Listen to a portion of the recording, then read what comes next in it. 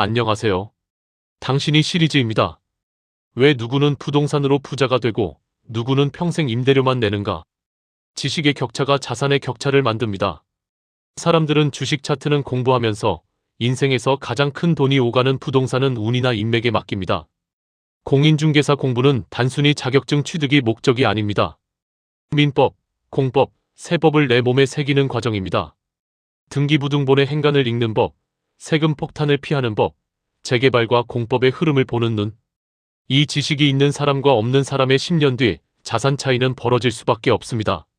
정년 없는 평생 면허의 위력입니다. 직장인에게 40과 50는 공포의 숫자입니다. 하지만 자격증이 있는 사람에게 퇴직은 새로운 개업의 시작일 뿐입니다. 공간에 제약이 없습니다. 노트북 하나로 중개 업무가 가능한 시대입니다. 시간의 주권을 갖습니다. 내가 일하고 싶을 때 일하고 닫고 싶을 때 닫는 삶. 나이가 들수록 경력이 곧 신뢰가 되는 몇 안 되는 전문직입니다. 공부 시간을 확보하는 것이 합격의 절반입니다. 직장인이라면 퇴근 후의 의지에만 기대지 마십시오. 아침 시간을 활용해야 합니다. 모두가 잠든 새벽 5시 반, 그 고요한 시간에 책상에 앉으십시오. 출퇴근 길이나 자차 이동 시간도 놓치지 마십시오. 귀로 듣는 강의는 뇌에 강력한 자극을 줍니다. 주부라면 아이를 보내고 난 직후에 황금 시간을 사수하십시오. 집안일은 끝이 없으므로 공부를 1순위로 두고 나머지 시간을 배분해야 합니다. 학생이라면 전공 공부와 병행하되 방학 기간을 이용해 2차 과목을 끝내는 전략이 필요합니다. 과목별 고득점 전략은 더욱 치밀하고 영리해야 합니다. 1차 과목인 부동산 학개론은 경제 원론의 이해와 효율적인 시간 배분이 핵심입니다. 수요와 공급의 탄력성, 균형 가격의 이동을 완벽히 이해하십시오. 특히 수험생들이 가장 두려워하는 계산 문제는 합격의 열쇠입니다. 탄력성 계산, 입지계수 산정, 기대 수익률과 할인 현금 수지 분석, 정보가치 계산 등 매년 반복되는 필수 공식 10개를 선정하십시오. 문제를 읽자마자 손이 먼저 움직이도록 기계적으로 반복 훈련해야 합니다. 복잡한 감정평가론의 계산 문제는 마지막으로 미루더라도 투자론과 정책론의 기본 계산은 반드시 득점원으로 만드십시오. 민법 및 민사특별법은 공인중개사 시험의 뼈대입니다. 조문 암기만으로는 절대 50점을 넘길 수 없습니다. 우리 시험은 철저하게 판례 중심입니다. 갑과 을, 그리고 제3자병 사이에 벌어지는 권리관계의 드라마를 머릿속으로 그리십시오. 의사표시의 하자, 대리권의 범위, 물권 변동의 원칙 등 핵심 개념이 실제 사건에서 어떻게 적용되는지 판례의 논리 구조를 파악해야 합니다. 민법에서 다진 논리력은 2차 과목인 중개사법과 공시법의 기초가 됩니다. 2차 과목의 주인공은 공인중개사법 및 중개실무입니다. 이 과목은 효자 과목이 되어야 합니다. 법령의 아주 미세한 표현 차이, 과태료의 구체적인 숫자, 행정처분의 대상과 기준을 꼼꼼하게 암기하십시오. 실수만 줄여도 80점 이상의 고득점이 가능합니다. 부동산 공법은 방대한 양 때문에 공포의 법이라 불립니다. 국토의 계획 및 이용에 관한 법률에 화력을 집중하십시오. 모든 내용을 다 가져가려다가는 제풀에 지칩니다. 자주 나오는 핵심 테마 40개를 선정해 집중 타격하십시오. 부동산 공시법은 지적법과 등기법으로 구성됩니다. 지적법은 암기 위주로 접근하여 만점을 목표로 하고 등기법은 민법 지식과 연계하여 절차적 흐름을 파악하십시오. 부동산세법은 취득부터 양도까지 세금의 전체적인 생애 주기를 이해하십시오. 세율의 변화와 비과세 요건을 정리해두면 실무에서도 가장 큰 무기가 됩니다. 시험 당일의 시간 배분은 전략적이어야 합니다. 1차 시험 100분 동안 부동산 학개론 40문제와 민법 40문제를 풀어야 합니다. 계산 문제가 포함된 개론을 먼저 풀되 막히는 문제는 과감히 넘기십시오. 민법의 긴 지문을 읽을 시간을 확보하는 것이 핵심입니다. 2차 시험 역시 중개사법에서 시간을 단축하고 그 시간을 공법의 복잡한 지문을 분석하는 데 할애해야 합니다. OMR 카드 작성 시간 10분을 반드시 남겨두는 치밀함이 필요합니다. 고통스러운 시험 준비 과정을 거치고 나서 공인중개사에 합격한 것은 단지 시작일 뿐입니다.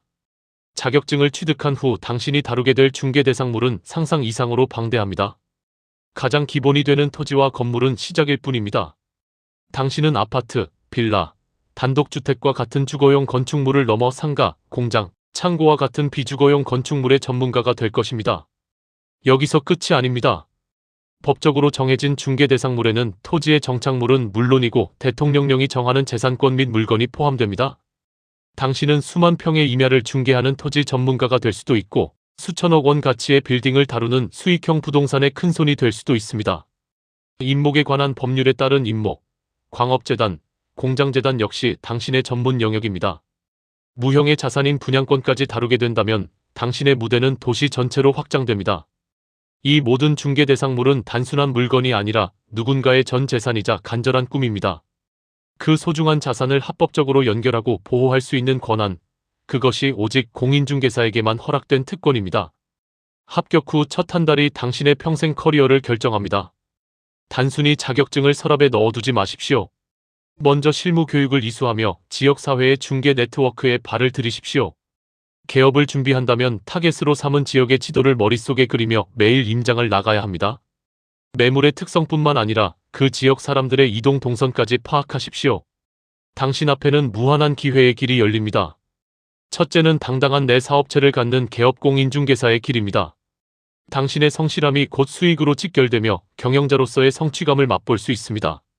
둘째는 소속 공인중개사로서 전문가의 역량을 쌓는 길입니다. 대형 중개법인에서 빌딩 매매나 토지, 개발 등 규모가 큰 프로젝트를 경험하며 억대 연봉의 기회를 잡기도 합니다. 셋째는 부동산 컨설턴트나 자산 관리자로 나아가는 길입니다. 고객의 자산 포트폴리오를 설계하고 투자 방향을 제시하는 전문가가 될 수 있습니다. 신축 부지 분석, 상권 분석, 경매 컨설팅 등 당신의 지식은 고부가 가치를 창출하는 최고의 서비스가 됩니다. 비록 지금의 부동산 경기가 불경기이기는 하지만 거래는 끊임없이 일어나고 있습니다. 누군가는 집을 팔아야 하고 누군가는 새로운 삶의 터전을 찾아야 합니다. 하락장에는 급매물이 나오고 상승장에는 투자 수요가 몰리듯 시장은 형태만 바뀔 뿐 멈추지 않습니다. 오히려 이런 불경기는 실력 있는 중개사에게는 기회의 장입니다. 거품이 빠진 시장에서 진짜 가치 있는 매물을 선별해내고 고객의 자산을 안전하게 지켜주는 전문가의 가치는 더욱 빛이 나기 때문입니다. 당신의 노력 여하에 따라 충분히 승부를 걸 수 있는 좋은 시장입니다. 남들이 위기라고 말하며 움츠러들 때 당신은 자격증이라는 무기를 들고 현장으로 나가십시오. 시장의 온도를 몸소 느끼며 실력을 쌓는 자만이 다음 상승장의 주인공이 될 수 있습니다. 보는 눈이 달라지면 기회가 보입니다. 자격증을 따고 나면 평소 걷던 길의 건물이 다르게 보입니다. 저 땅은 왜 비어 있는지, 이 상권은 왜 살아나는지, 법적으로 어떤 가치가 숨어 있는지.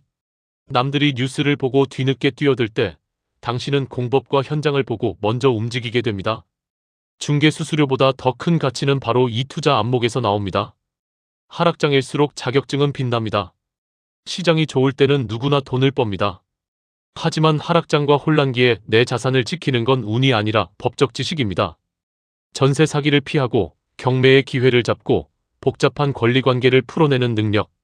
이 자격증은 당신의 가정을 지키는 가장 단단한 방패가 될 것입니다.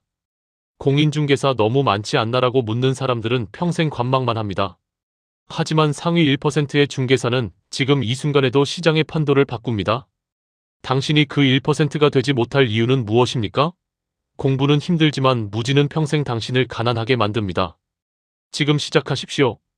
당신의 미래는 이 자격증 한 장으로 완전히 달라질 것입니다. 본 영상이 마음에 드셨다면 구독, 좋아요, 알림 설정 부탁드립니다. 이상 당신이 시리즈였습니다.